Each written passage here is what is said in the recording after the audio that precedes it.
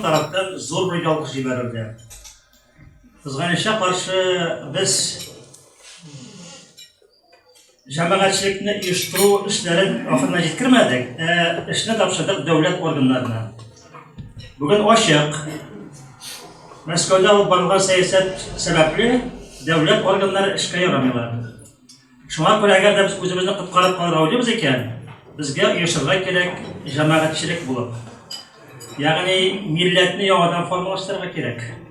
Turli usullar bilan mahallalar qiyofatida, turli jamiyatlar qiyofatida, xotin-qizlar, erlar krujoklar qiyofatida, chunki shular uyushmasak, bizning Tataristonning da negizi bo'lmayacak, millatning da negizi bo'lmayacak.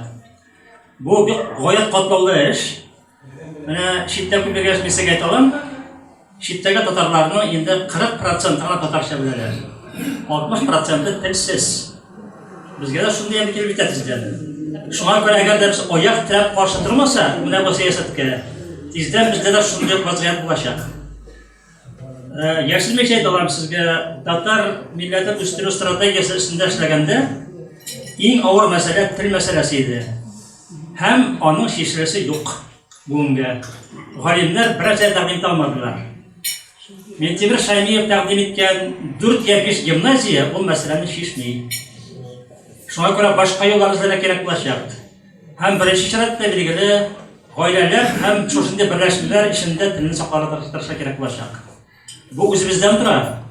Chunki har birimiz agarda bolalarni tarbiyalasa, oilada tilni yetirib o'stirsa ularni bizning tilimiz kelib olmaydi. Shunga ko'ra agarda tilsizlar ko'payar ekan, tatar tilsizlar, bu bizning ayb. Men o'ylam Allohga taologa murojaat etsak, o'zimiz xastalikni ko'rsak, tatar u shundaq da o'limsiz, lekin bir qatishlarga to'g'ri kelajak. Men sizning boringizda chaqram, ulkan yoshlar shaxslar bo'larak yoshlarga yig'im tayyorlashga tirishamiz. Bizga qarshilik ko'rsatishga kerak bo'ladigan vaziyatga. Shu vaqtda qilib qo'yacakmiz. Rahmat.